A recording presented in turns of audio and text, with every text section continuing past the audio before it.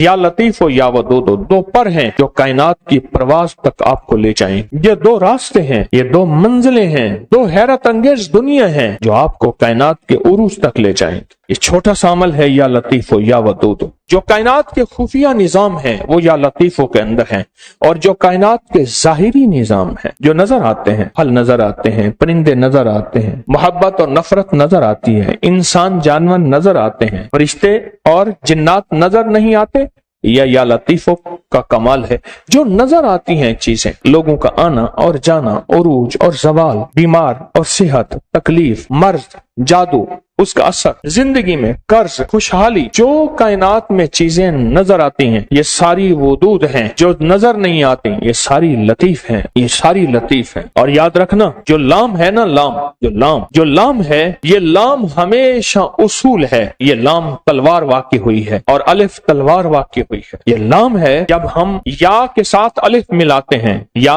और अलिफ मिलाते हैं, ये तलवार बन जाती है जादू के लिए, जिन्नात के लिए, नजर बद के लिए, असरात के लिए, नाकामियों के लिए, ऐसी चीजें जिन्होंने आंखें बंद कर रखी हैं। या लतीफो या वदूदो का अमल करने वाला आमिल बन जाता है। या लतीफो या वदूदो का अमल करने वाला कामिल बन जाता है। या लतीफो या वदूदो का अमल करने वाला हैरत अंगेज तौर पे साहिब तस्खीर बन जाता है। और या लतीफो या वदूदो का अमल करने वाला जिंदगी में ऐसे हैरत अंगेज रूहानी दुनिया पाता है। रूहानी